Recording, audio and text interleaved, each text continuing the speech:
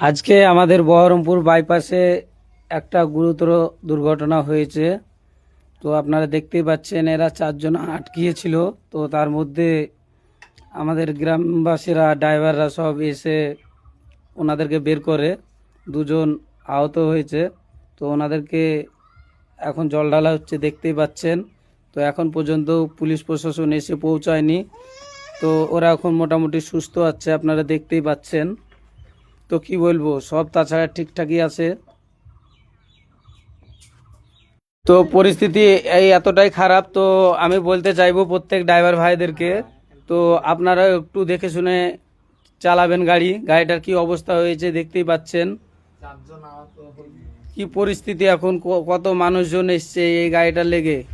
এই যে ড্রাইভারটার পরিবার লোকেদের কি অবস্থা, গাড়ি ঘোড়া দেখে না চালালে কি হবে।